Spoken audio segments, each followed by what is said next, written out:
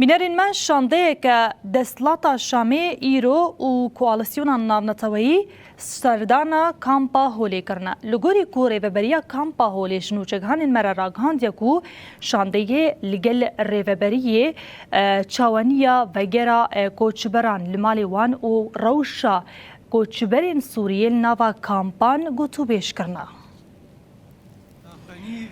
شاندەیەکە دەسەڵاتە شامێ li gel hêzên koalisyona navnetewî serdana kampa holê kirin armanca serdana şandeyê şopandina rewşa welatiyên Sûrî li kampê û çawaniya vegera wan li cih û warê wan.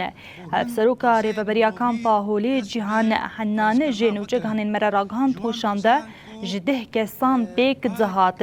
Cîhan Hennanî eşkere kir ku wan û şandeyê li ser mijarên vegera Sûriyan li malên xwe nîqaş kirine.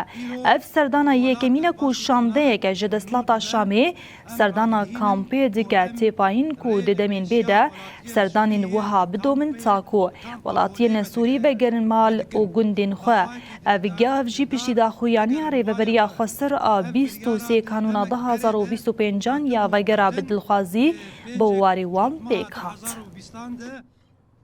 Me biryar dabû ku rê li pêşiya vegera wan